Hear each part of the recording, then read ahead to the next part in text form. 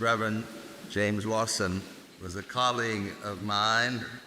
I was at All Saints for 28 years, and he was here at Holman United Methodist for 25 years. And it was encouraging and very supportive to know that we were together in a ministry to create a new world. And so I've always been thankful that I could work with Jim year after year in the work of peace. I saw the power and wonder of God in that man. In 1956, while Jim was at Oberlin College, he was introduced to Martin Luther King Jr. When King heard about Jim's work in India and his careful study of Gandhi's theories of violence, of nonviolence, King said, "Jim, you must come south and work with us." Jim entered theological school at Vanderbilt University. And while there, Jim held workshops in 1959 in church basements for students from Vanderbilt and Fisk College and Mahari Medical College. His work was co-sponsored by the Fellowship of Reconciliation. Dr. King called Jim Lawson the greatest teacher of nonviolence in America. And Lawson said only a nonviolent movement could end segregation. It would require physical courage, unshakable conviction, and a willingness to forgive those who scorn and beat them physically. 500 activists in February 1960 joined with Jim Lawson as they violated the law and sat at lunch counters in Nashville. The sit-ins persisted and 150 students were arrested. Yes. Jim Lawson was doing his work for a master's degree in theology at Vanderbilt. And in the midst of a growing sit-in movement and under pressure from the University Board of Trustees, the dean of the Divinity School asked Lawson to withdraw from the sit-in movement. Jim refused, and the Board of Trustees expelled him from the Divinity School in 1960. The university got more than it bargained for. Okay. Lawson's expulsion reported on the front page of the New York Times motivated 10 Divinity School professors, including the dean, to resign in protest. And after a great uproar, the Divinity School offered Jim Lawson reinstatement. He opted instead to complete his degree at Boston University. It was Jim Lawson who persuaded Martin Luther King Jr. to come to Memphis in 1968 to assist the sanitation workers who were on strike. Lawson had worked with union and religious civil rights activists to pressure the city council and downtown businesses to address the workers' concerns and recognize the union. The Memphis police attacked union workers, ministers, and others indiscriminately using clubs and mace. Do you remember that it was here at the Masonic Temple in Memphis that Dr. King gave his last speech? Later that night, he was killed as he stood on the balcony of his room in the Lorraine Hotel. I want to go back to Vanderbilt University. It is a great university and divinity school. Harvey Branscombe was Chancellor of Vanderbilt when Jim Lawson was expelled. And my good friend Joe Huff was president of Vanderbilt Divinity School before becoming president of Union in New York. One evening when Joe and I were having dinner together, he talked about Harvey Branscombe, who was in office when Jim Lawson was expelled. Joe shared with me that Branscombe told him that the biggest mistake he had ever made was agreeing to expel Jim Lawson from the university in 1960. Years later, Vanderbilt had realized this tragic mistake and had asked Jim Lawson back to be honored by the university. He was being given the Alumni of the Year Award.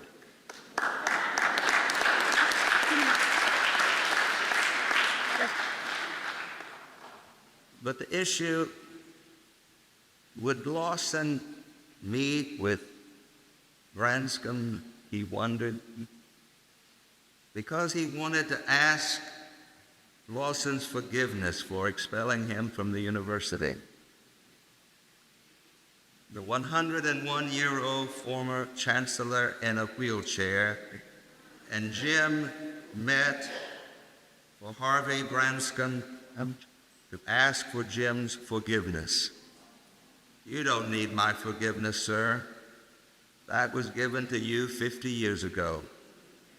I could not live with that anger and hatred and still work for peace.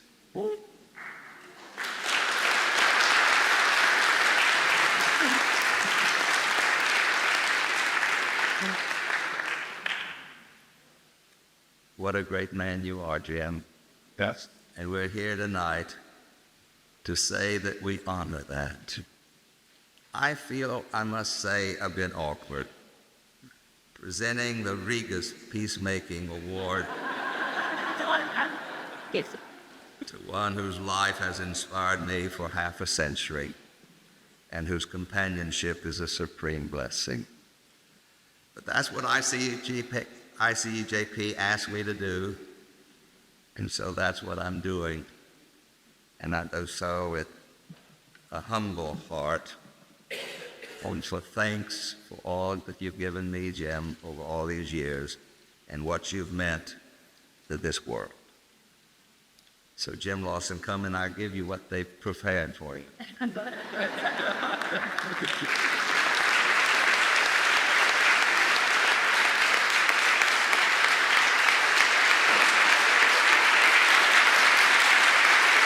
I'll leave this out here.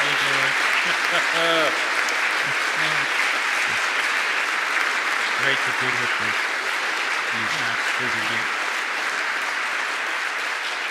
Up here, to make this speech.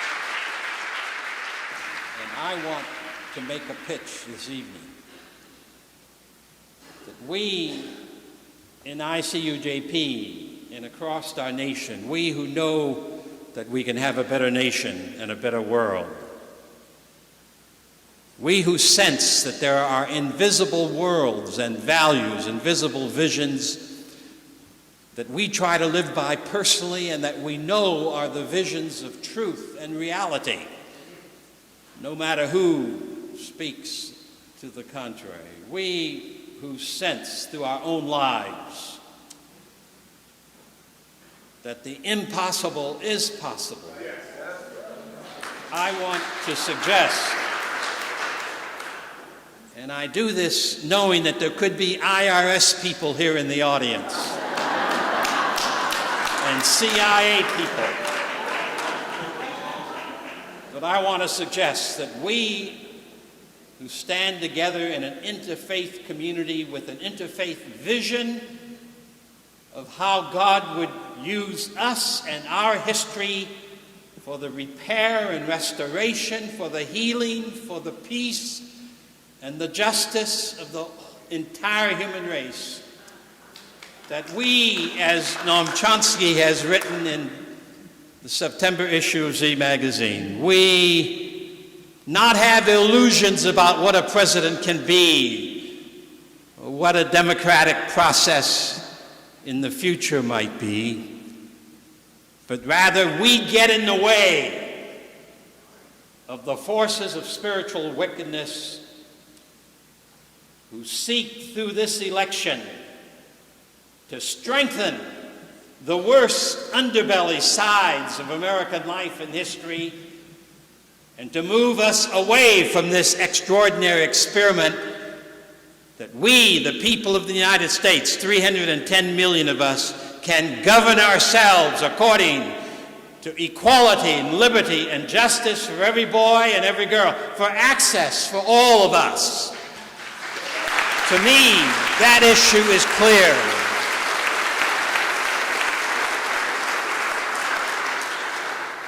I am not a Democrat. I was raised a Republican and was in that party in high school and beyond.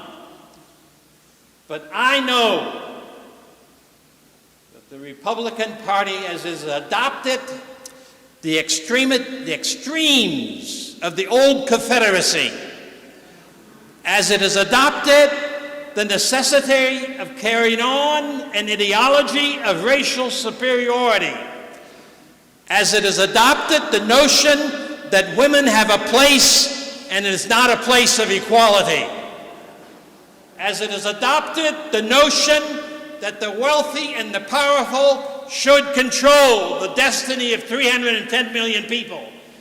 I want to urge that we put aside all the political fancies about these days, and instead we unite around the notion that we must get in the way of the forces of spiritual wickedness that would reduce this country to an oligarchy and end the experience of self-government towards the destiny of every man and every woman.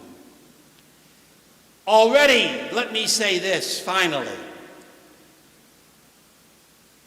In the last 30 or 40 years, there has been an emerging community of the future in our nation in the presidential campaigns, because 5 sets of people in our midst, the Jewish community, the black community, the Hispanic community, the Asian community, and the Indian people in our nation, nearly 100 million-fold of us, have voted consistently, overwhelmingly, from the point of view that we are facing an election that is the lesser of 2 tainted campaigns, but that we will vote for the best of the lesser. As my son this morning in Longmont, California, said to me over the phone, we have voted for the lesser of 2 evils again and again in our hearts and in our minds. That's an emerging coalition of the beloved community, an emerging coalition in this country that says we can have a different future. Are the 5 American experiences of these 5 sets of people, numbering, again, I say it to you, nearly 100 million people, our historical experience has sensitized us to the necessity of having a society of neighborliness in which all are our neighbors. I want to see people of good faith, ICUJP, join that emerging fellowship and beloved community in the year 212 and say in the most vigorous fashion possible that we see what is going on. We know the sufferings of our people all across this land, the unemployment and the other levels and the other issues. But we say, in the name of justice and peace, we have an immediate task that is the most important task, perhaps, of our lifetimes. We can get in the way of the forces of spiritual wickedness. They do not see themselves as forces of spiritual wickedness. Because in the 20th century, we have learned to disguise our wrongdoing in language that insists we are doing the right and the good. ICUJP, thank you for this evening and this day. But I want to lay upon us that one issue. There are a people of hope in the midst of us who have not in the last 40 or 50 years voted for the Republican candidate, not because we did not think he was a fairly decent American. On the other side of the coin, we have voted for the Democratic candidate, not because we thought that was our best choice, but our sensitivities and our histories have compelled us to insist. We stand a little bit of chance with one choice. We stand very little chance with the other choice. Nonviolence is not an idealistic entity. It is a science of social change. How human beings can use their deepest humanity to effect change in the way in which they hope for a better world. But it is not romantic. Nonviolence recognizes that again and again in the midst of campaigns, we have had to make hard, pragmatic decisions in the midst of the struggle, trying to hang on to the right, even though it meant the right, the truth, the beauty, the wonder, the open-ended future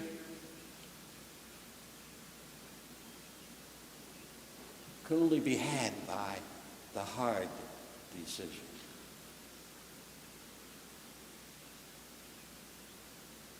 Noam Chomsky writes that this is a dangerous election for us.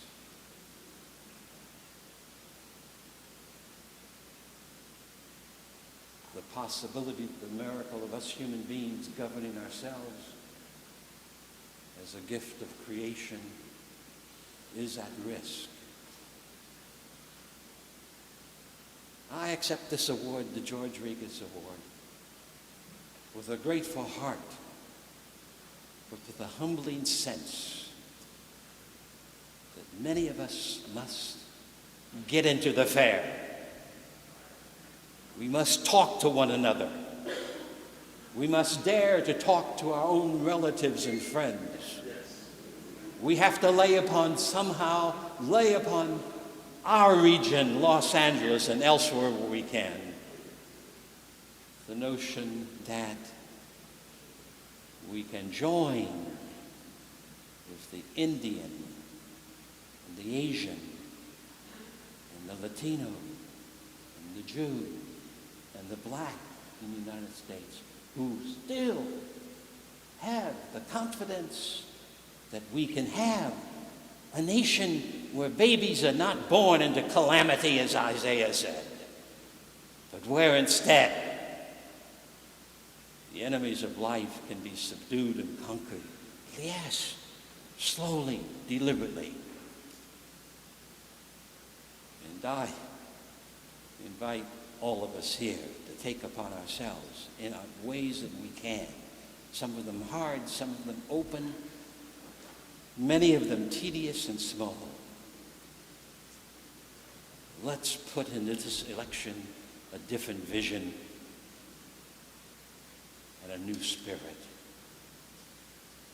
that can help the visions of justice and the beloved community come alive again. In us, if nobody else.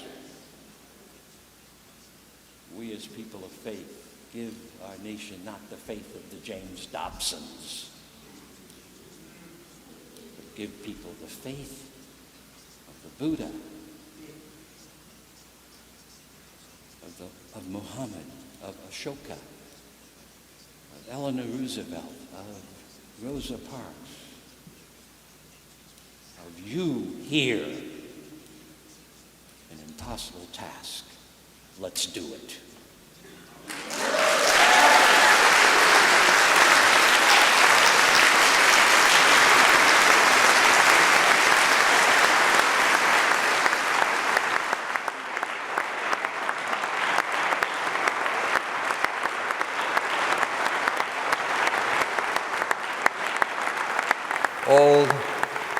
the best words have been used up tonight.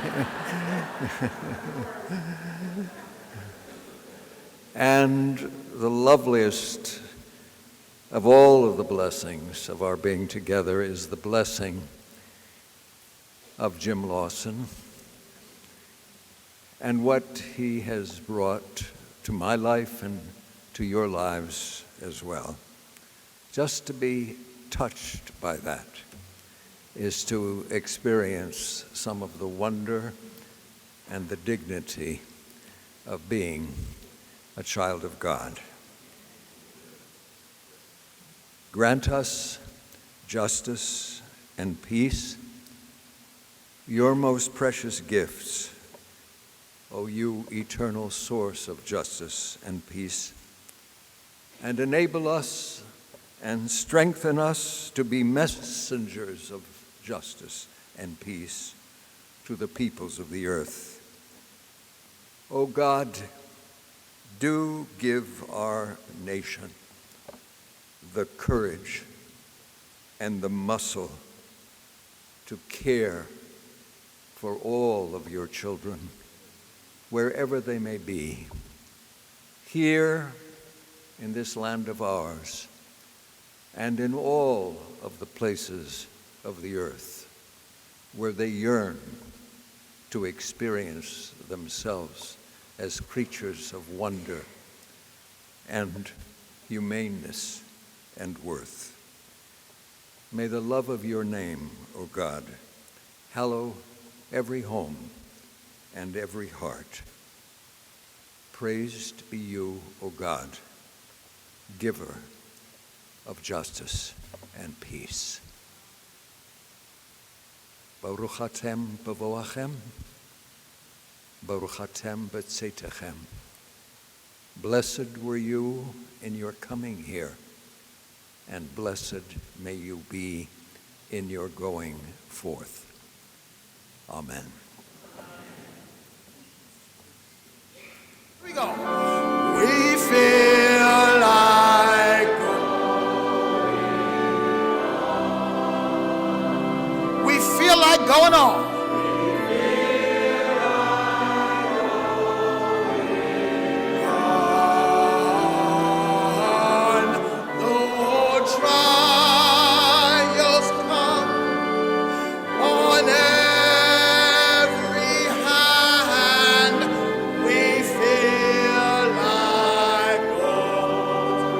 One more time. Take them one more, Bill. Here we go. We feel like. We feel like.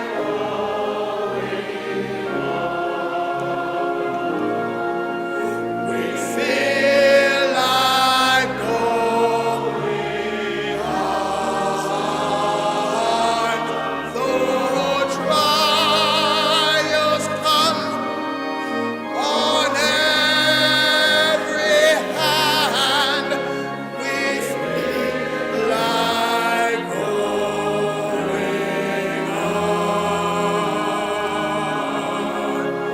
We feel like